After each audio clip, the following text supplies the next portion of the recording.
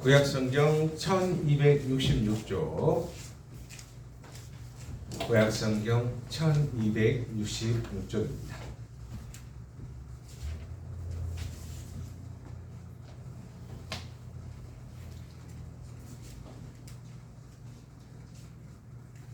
구약성경 1266쪽, 호세아 11장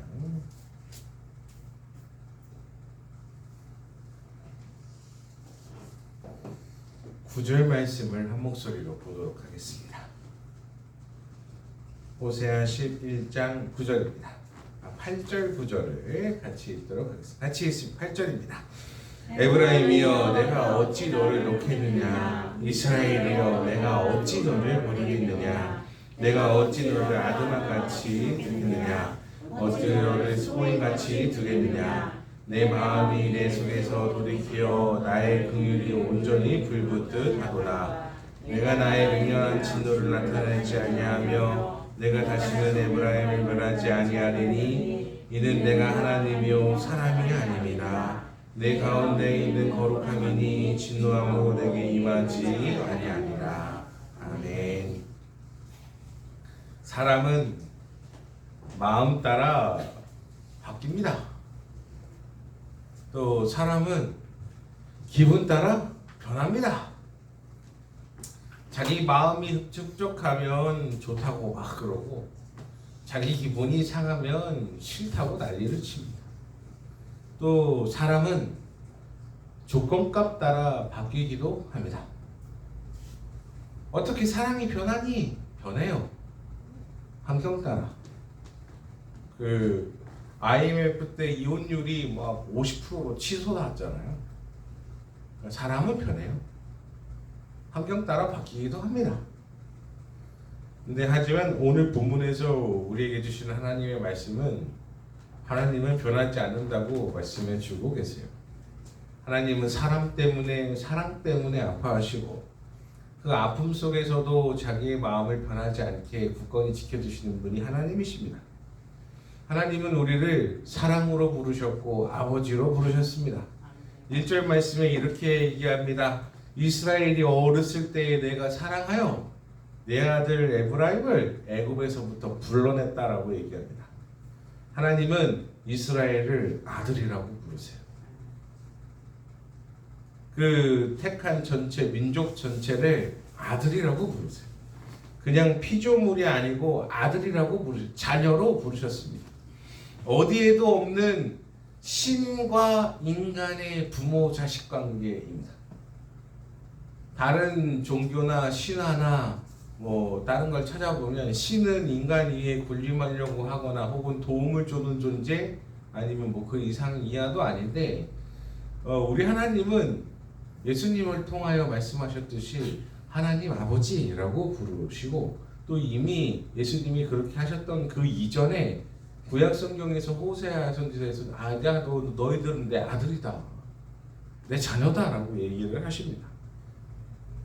그리고 이 신과 인간의 부모 자식 관계를 설정하는 부분이 없어요. 딴 데에서는 유일하게 성경만 있습니다.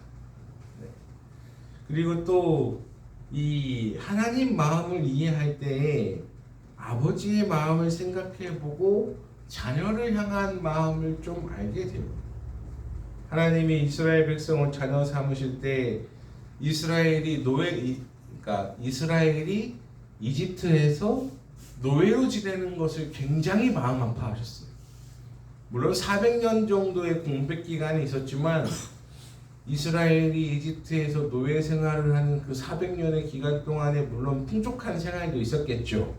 근데 끝에 부분에 이스라엘이 고통당하는 그 순간에 하나님이 내 백성 이스라엘이 고통스러워하고 아파하는구나, 내가 저 기도를 내가 안 들을 수가 없다, 모른 척할 수가 없다 해서 모세를 보내셨고 출애굽을 하게 하신 거 아니었어요.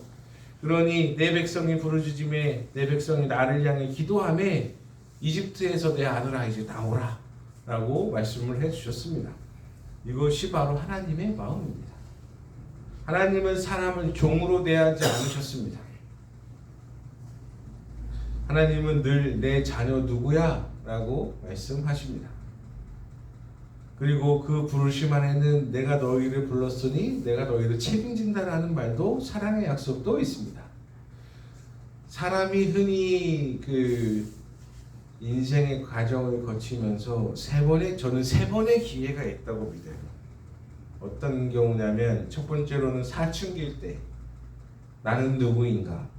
어디서부터 기원하나? 내 인생은 어디로 가야 하나?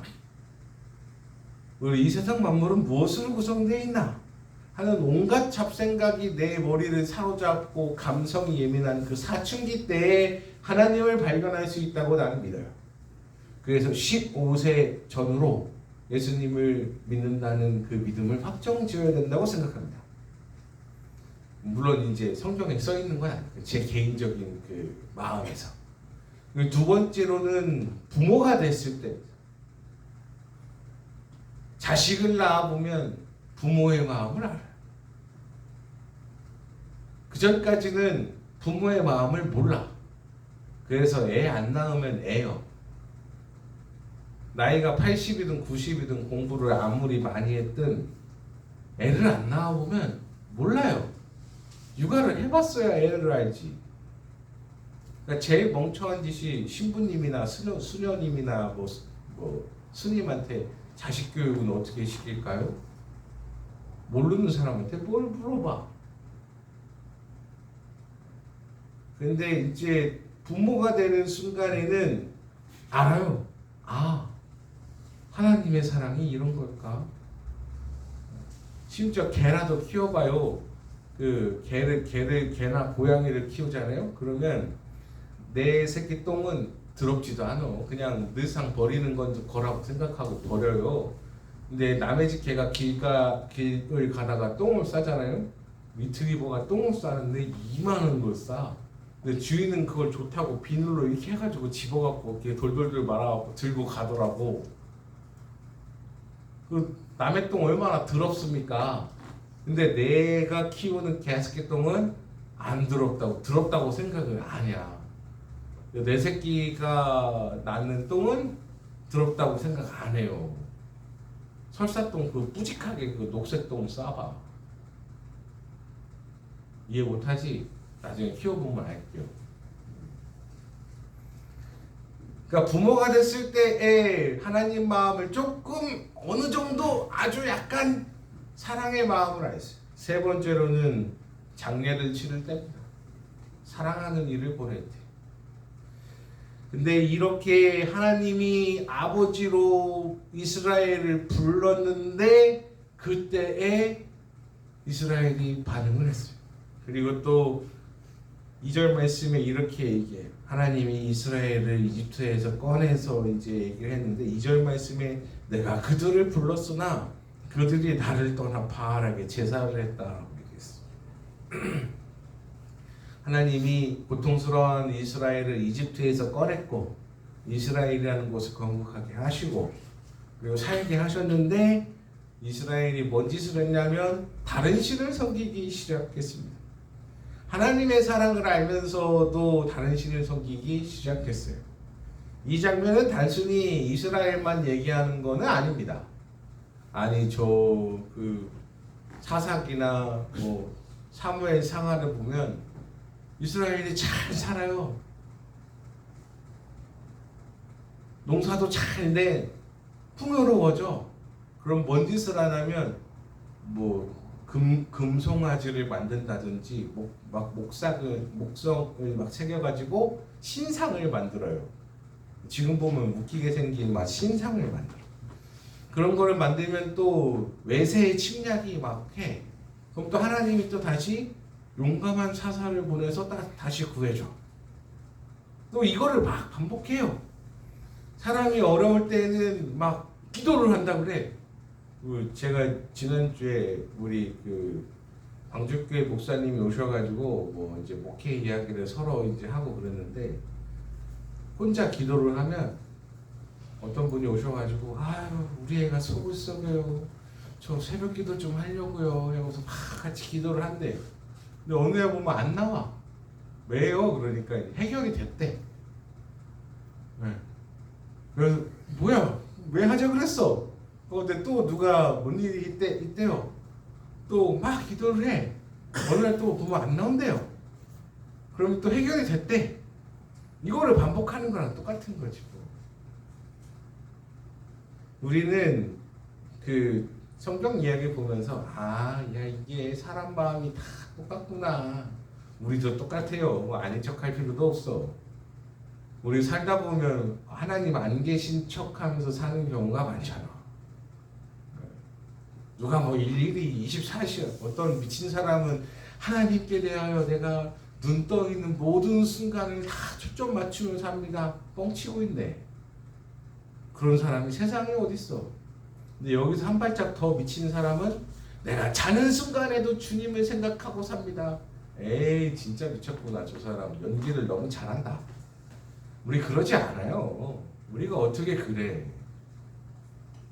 우리 살면서 욕심 부리면서 살고 어떻게든 이겨먹고 살고 막 난리 치려고 하고 살고 막 다 그러잖아. 다 각자의 이기를 따라 하나님 생각 못하고 자기 환경 따라 자기 좋아 보이는 대로 그러지 않아요. 기도보다 자기의 계획을 앞세우고 세상 일을 더 마음에 두고 하나님의 말씀보다 자기 감정을 더 앞세우는 게 우리 인간이에요.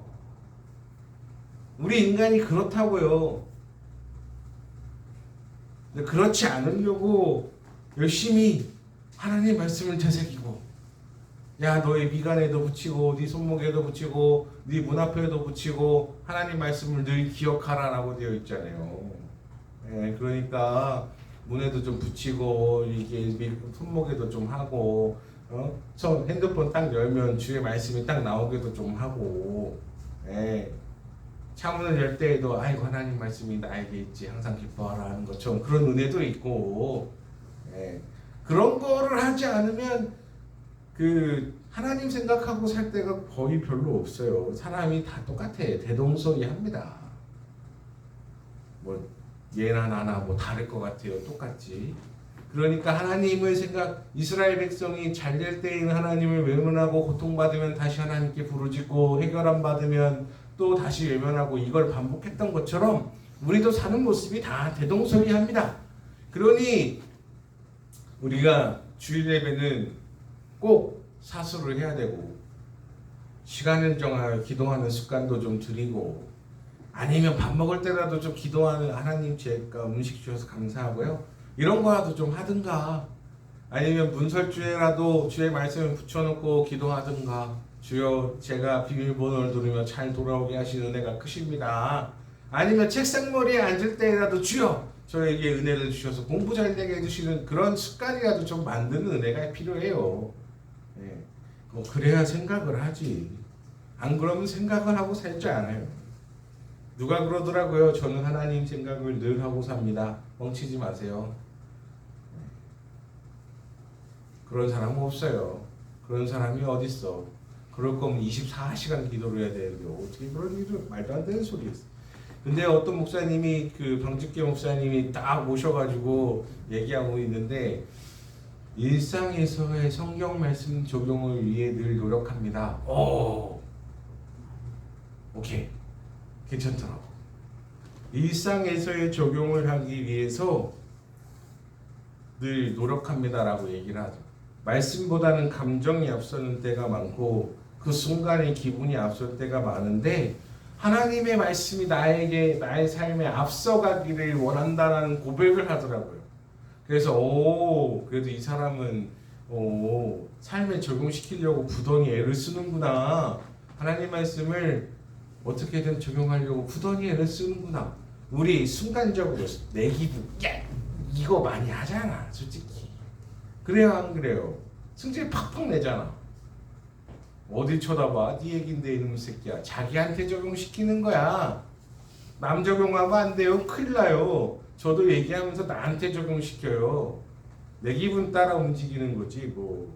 근데 그러지 않으려고 말씀을 늘 되새기며 나한테 적용시키려고 무수히 노력합니다 라고 얘기를 하더라고. 그래서 목사님 훌륭하시네요 라고 얘기를 하고 왔어.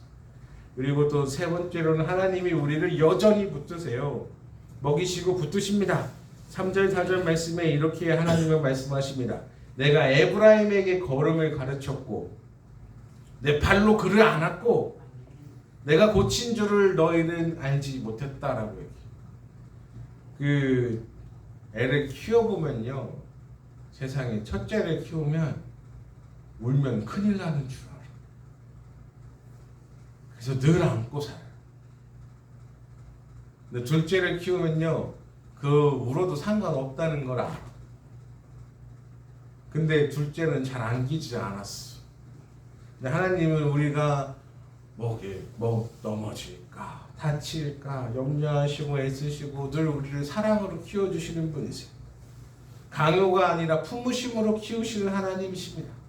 아니 세상에 TV에 있잖아요. 어떤 70 먹은 할머니가 그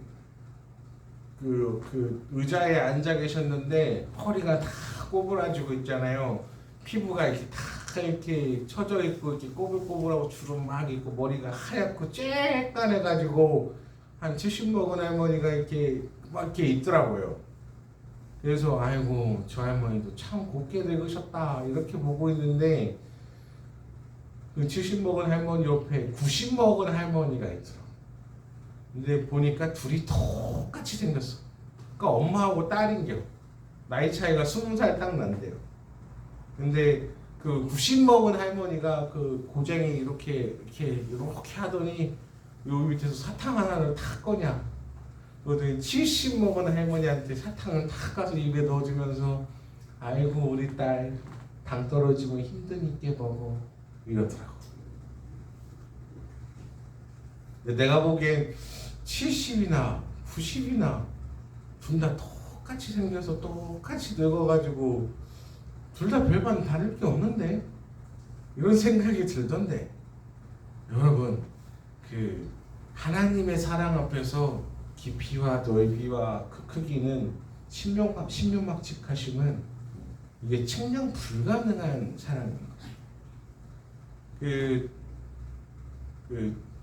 오은택이가 있잖아요. 있는데 그 밑에 은선이가 있어.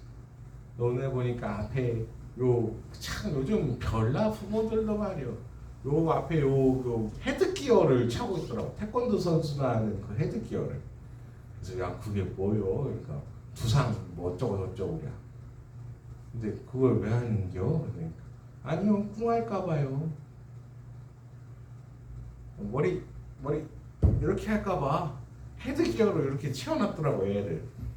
그래서 야 니네가 더 잘 보면 되지 저걸 답답하게 뭐하러 씌워놨냐. 참 금이야 오기야 하면서 응? 다칠까 넘어질까 상할까 막 그러고 키우는 거라고 얘기하고 있어요. 야 내가 너를 팔로 안아 키웠고 내가 너를 먹였고 내가 너를 고쳤고 하나님의 사랑하심은 신명막측하십니다. 근데 사람은 7절 말씀 내 백성이 끝끝내 내게서 물러나고 사람은 계속 몰라요. 마치 자식이 부모의 사랑을 모르듯이 자식이 부모의 사랑을 어떻게 알아? 몰라요. 근데 하나님이 우리를 이렇게 사랑하신다고 하는 거를 모르고 나중에 부모가 되어봐서 자기 자식을 조금 키워봐야 어렴풋이 살짝 그 맛을 아는 것처럼. 근데 그래서 하나님이 8절 말씀에도 계속 얘기해요. 에브라임이여 내가 너를 어찌 놓겠느냐. 내가 너를 어떻게 놓고 너를 어떻게 포기하냐. 나는 너를 끝까지 사랑하고 너를 끝까지 이해하고 너를 끝까지 품고 가고 끝까지 내가 너와 함께 한다라고 얘기하고 있습니다. 하나님의 세계는 우리의 사람의 세계와 이해가 전혀 다를 겁니다. 여러분 2D 게임 해보셨어요? 옛날 바람의 나라 같은 거? 화면 딱 하나여가지고 입체가 전혀 없어요. 그냥 화면 딱 하나야. 근데 3D 게임이 나오니까 있잖아요. 이렇게 막 보이기도 하고 입체감도 있고 막 역동적이야. 근데 요즘에는 4D 영화가 있잖아요. 막 바람도 나오고 물도 튕기고 막 난리도 치잖아요. 근데 하나님의 세계는 우리가 이해 못할 차원의 세계일 거라고 생각을 해요. 그 세계에서는 우리의 감정과 우리의 생각과 우리의 좋고 나쁨이 그 세계에서는 확 다르게 느껴지겠지. 그런 하나님의 우리에게 대하여 하나님의 마음을 조금이라도 이해할 수 있게끔 한 게 뭐냐? 바로 사랑이에요. 바로 사랑. 조금이라도 이해할 만한 그런 게 바로 우리가 하나님의 차원을, 하나님의 마음을 조금이라도 이해할 게 뭐냐? 사랑밖에 없다 이거지. 부모가 자식을 사랑하듯 하나님은 우리를 사랑한다.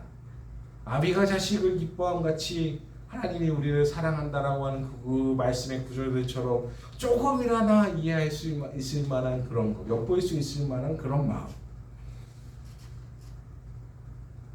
그리고 하나님은 우리가 포기할 만한 그런 것이 있어도 하나님은 포기하지 않으세요. 내가 내게 진노를 내리지 아니하니니 나는 하나님이요 사람이 아니라라고 말씀하고 있어요. 참 사람의 기준으로 이해를 하려고 하면 이해 안 되는 것들이 많아요.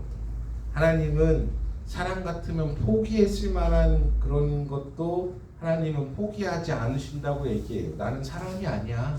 나는 하나님이야 라고 말씀하고 있어요. 그러니까 우리의 입장에서는 이해가 안 되는 부분도 하나님은 나중에 하나님 마음을 우리가 알게 되면 이해를 하겠지. 놀라운 사랑으로 우리를 붙드십니다. 그러니 하나님 마음을 이해하려면 사랑의 마음을 품어야 되고, 우리가 지금은 이해가 되지 않더라도 나중에 주님 앞에 서면 이해가 될 줄로 믿습니다. 그리고 하나님의 사랑은 끝끝내 회복으로 우리를 이끌어갑니다. 하나님의 마음은 결국 마음을 회복해 주십니다. 끝을 봤더니 파멸인 사람이 있고 끝을 봤더니 잘되게 하는 사람이 있어요.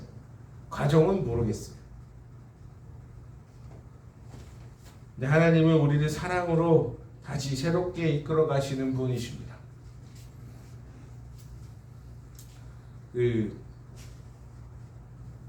이단은 그래.